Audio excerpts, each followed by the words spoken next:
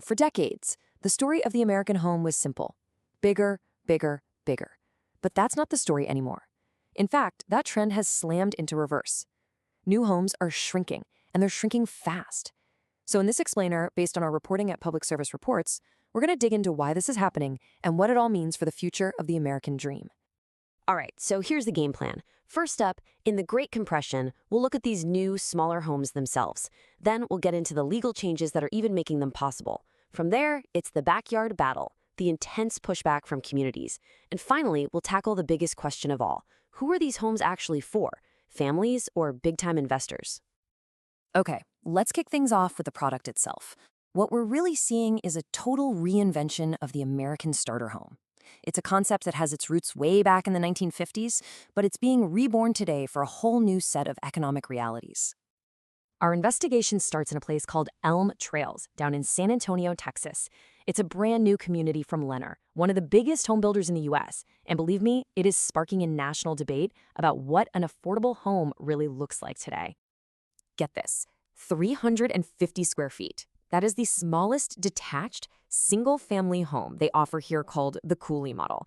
I mean, just to put that in perspective for you, that's basically the size of a studio apartment, but it's a whole separate house.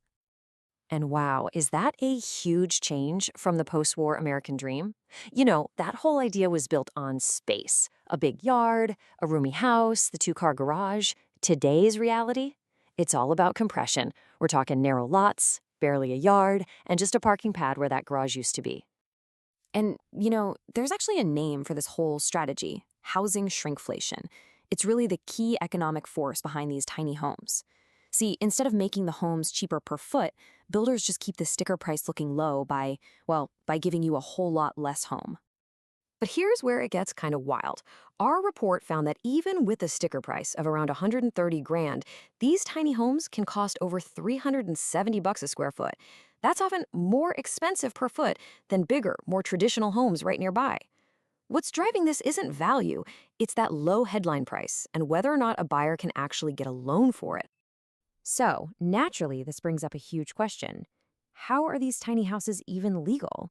For years and years, zoning laws in most American cities would have flat out banned them. But that's changing, because those old rulebooks are being completely rewritten, and it's sparking a revolution. For that, let's head over to Austin, Texas. It has basically become ground zero, a primary laboratory for this new way of thinking about land use. And their home initiative is one of the boldest experiments happening anywhere in the country. So what happened is, back in 2024, the city did something pretty radical. They slashed the minimum lot size for a house from over 5,700 square feet all the way down to just 1,800.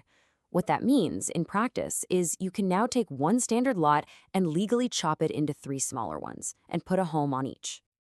And you better believe the market responded. Like, immediately.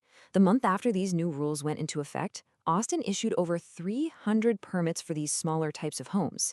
To put that in perspective, that's over 10 times what they'd normally see in a month. Just, wow. It really shows you how much pent-up demand was out there. Okay, but it's not all smooth sailing. Not by a long shot. This whole wave of new, denser development, it's hitting a wall of resistance from communities all over the country, and the fight is getting fierce. As we looked into this, we saw the same story playing out all over the country. It doesn't matter if it's a small townhouse project in Delaware or a bigger one in North Carolina, the arguments against them are almost always the same. Too much traffic, our schools are already crowded, and this will change our neighborhood character. And look, this is way more sophisticated than your typical not-in-my-backyard protest. The opposition is getting very strategic. They're using the legal system, leveraging environmental laws, like citing concerns over an aquifer near San Antonio, and these vague character laws to throw up legal roadblocks. And what this has done is create a completely new kind of fight, one that pits cities against their own state governments. To California, the state has a special agency that is now actively suing cities like Huntington Beach for not following state housing laws, basically telling them, approve these new homes or we'll take away your power to say no. All this conflict, though, it really brings us to what might be the most important question our investigation found. With all these new starter homes going up, who are they really for? Is it that first-time buyer trying to get a foothold, or is it somebody else entirely? Because there's a new, really powerful player that's changing the game for the starter home: the institutional investor.